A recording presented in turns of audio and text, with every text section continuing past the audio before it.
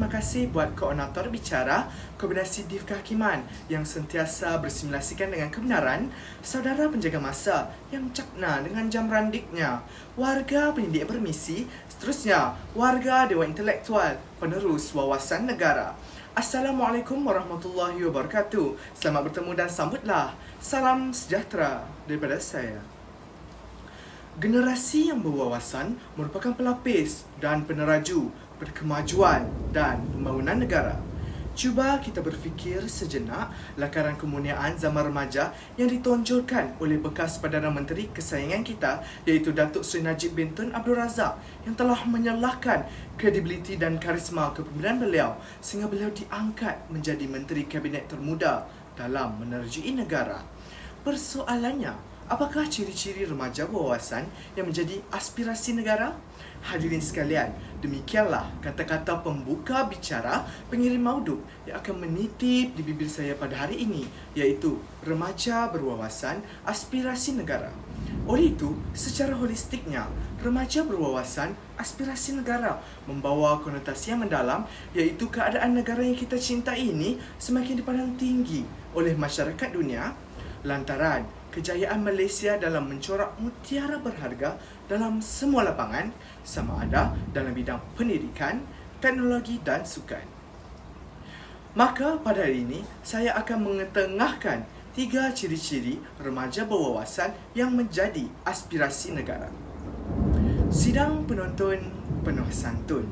Indikator saya yang pertama di bawah lembayung kata remaja berintelek pemacu pembangunan pendidikan negara. Hari ini, tuan-tuan dan puan-puan, bersaksikan warga dewan sekalian, beberapa nama sudah berpuing-puing dalam pusaran negara. Lihat sahaja kepintaran semula jadi Nik Nur Madihah dan juga Azli Azali yang telah membentangkan hasilan usaha yang mereka cipta apabila mereka ini mendapat keputusan 20A dalam peperiksaan SPM. Mereka ini sebenarnya akan menjadi aset terpenting negara dalam usaha untuk mengejar impian. Betul lah apa yang pernah diperkatakan oleh Tun Dr. Mahathir Mohamad. Jika ingin menjulang api kemajuan, nyalakan ilmu sebelum berjuang. Oleh itu, jika remaja kita tidak berilmu, kita akan jauh ketinggalan berbanding negara-negara yang lain. Apakah kita mahu senario ini berlaku kepada remaja kita? Jadi, peranan remaja yang berinteleklah yang mampu menggoncang pembangunan pendidikan negara. Sidang Dewan Penggerak Wawasan. Indikator saya yang kedua, fizikal dan mental remaja, revolusi pembangunan sukan negara.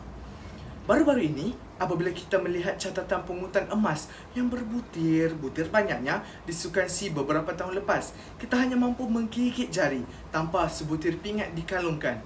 Namun, dasawarsa ini, kita telah mendapat perhatian di mata dunia apabila negara kita telah berjaya menjuarai Sukan SEA 2017 di Kuala Lumpur dengan catatan pingat 145 emas, 92 perak dan 86 gangsa. Sebagai contoh, Datuk Azizul Hasni Awang telah menjadi sebutan apabila beliau memecut laju bagai lipas kudung di arena Velodrome dan telah mendapat pingat emas dalam Sukan SEA pada tahun lepas. Sehingga Datuk Azizul Hasni Awang ini digelar sebagai Pocket Rocketman Malaysia. Tuntasnya, segala kejayaan yang dikecapi ini memerlukan usaha yang jitu dan keazaman yang tinggi serta disiplin yang konsisten. Maka, tepuk dada, tanyalah selera. Adakah kita sebagai remaja Malaysia hanya mampu duduk mendongak ke langit tanpa melakukan sebarang perubahan untuk pembangunan sukan negara?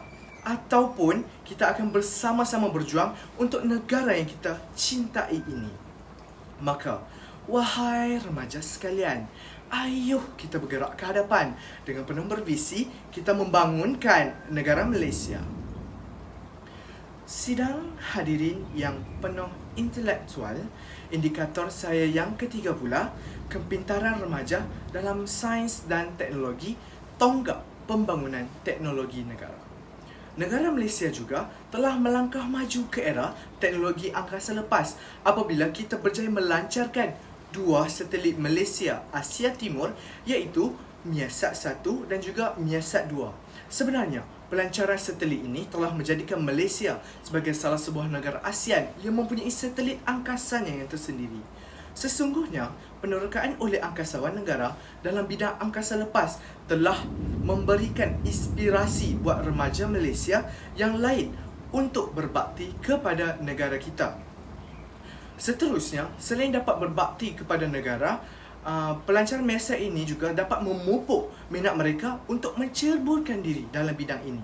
Buktinya, apabila 3 orang pelajar Maktab Rendah Sains Mara iaitu MRSM Terendak Melaka, mereka ini telah berjaya memenangi pingat emas dalam pameran Reka Cipta Remaja Antarabangsa yang telah diadakan di Taiwan beberapa tahun lepas. Hasil reka cipta mereka yang telah menjadikan air garam ataupun air laut sebagai sumber tenaga alternatif turut mendapat perhatian syarikat-syarikat luar biasa tertentu untuk membeli hak paten reka cipta berkenaan. Sidang pendengar yang setia, di penghujung kalam, kita perlu sedar gaya hidup remaja yang tidak sihat dan diliputi oleh cara hidup hedonisme boleh membantutkan pembangunan insaniah remaja.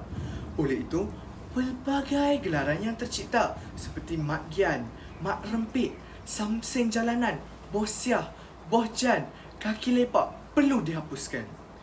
Jika kelemahan ini akan melekat di dalam diri remaja, kita yakin bahawa mereka ini bukan menjadi pelopor pembangunan, melainkan menjadi virus pembangunan, penghambat pembangunan, bahkan penghancur pembangunan masa hadapan negara.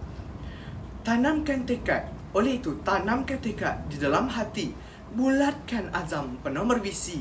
Kita harus menjadikan negara Malaysia negara tersohor di mata dunia. Maka, ayuh remajaku, gegarkan dunia, mengharumkan nama negara.